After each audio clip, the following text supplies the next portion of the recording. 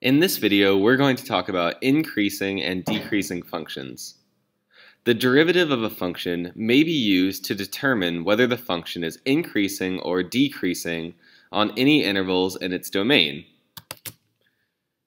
If the derivative is positive, so if f prime of x is greater than 0, we would say that this function is increasing, because what this means is that the slope of the tangent line is positive. If the derivative is negative, so if f prime of x is less than 0 at some point, then we'll say that this function is decreasing, because the slope of the tangent line, or the derivative, is negative. Let's consider the function f of x is equal to x to the fourth minus 8x squared. And we want to determine all intervals where it's increasing or decreasing. Let's first take a look at the graph of this function. If we're looking at the graph of this function, we can tell that it's decreasing over here. This is a place where the slope of the tangent line is negative. It's increasing here, it's decreasing here, and it's increasing here. So if we're looking at the graph, it's quite easy to tell where the function's increasing and decreasing, but we're going to learn how to do this without looking at the graph. Consider this. It's decreasing here until it comes down here and hits a critical point where the slope is 0. Then it increases again and hits another critical point where the slope is 0. Then it decreases and comes down here, slope is 0, and then it increases again. So it looks like critical points are very important for helping us determine where a function is decreasing, increasing, decreasing, or increasing. We need to go back to critical points. Let's start out by finding the critical points of this function, which we know from the last video will take the derivative of this function and set it equal to 0.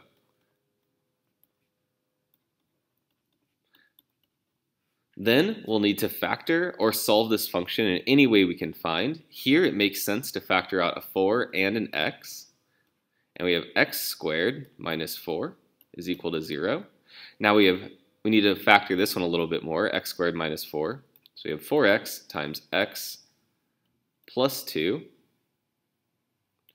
and x minus 2 is equal to 0. Now we have three factors to solve. We'll set each one equal to 0. So we have 4x equals 0, x plus 2 equals 0, and x minus 2 equals 0. That gives us three critical points of 0, negative 2, and 2. And that makes sense when we consider the graph of this function. We expect there to be a critical point at negative 2 down here. We expect there to be a critical point at 0 and a critical point at 2, where all of these are locations where the slope is 0. Now that we have our critical points, we need to test what the slope of the function is doing on all conditions for this graph. So let's just try to figure out what's going on here. Let's put 0, 2, and negative 2. We want to know what's the slope over here. Is the function decreasing or increasing? Is the function decreasing or increasing here? Is it decreasing, increasing here? And what's going on over here? So we have to test four locations to the left, here, here, and here. We're just trying to figure out the value of the derivative at each of these four places. We can do this by finding some test points. What's the value of the derivative to the left of negative 2? Well, we'll just plug in a test point, maybe negative 3, and we'll see what happens. So 4 times negative 3 cubed minus 16 times negative 3. This one comes out to negative 60. Then we need to choose a test point between negative 2 and 0. So maybe we'll choose negative 1 and see what happens. Remember, we're testing this inside the derivative because we want to know about the slope. We want to know if it's increasing or decreasing. This one comes out to 12. And then we need to test a point between 0 and 2. Let's test 1.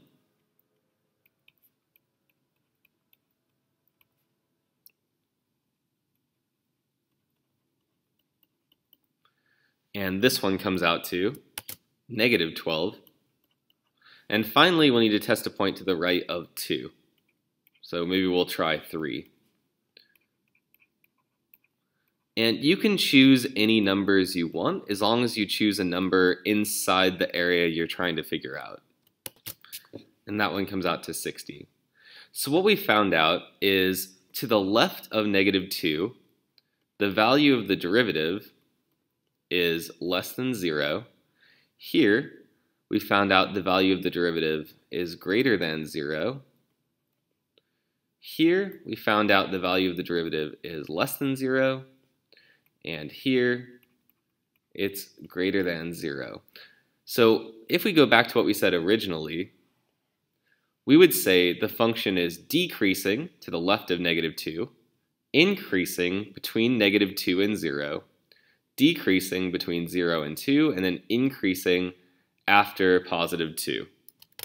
If we go back to the graph, that confirms what we said. We said it was decreasing, increasing, decreasing, and then increasing again. To put this all together and to use interval notation, we would say the function is decreasing on 2 intervals. It's decreasing from negative infinity to negative 2. And it's also decreasing from 0 to 2. We would say it's increasing on negative 2 to 0 and from 2 to infinity.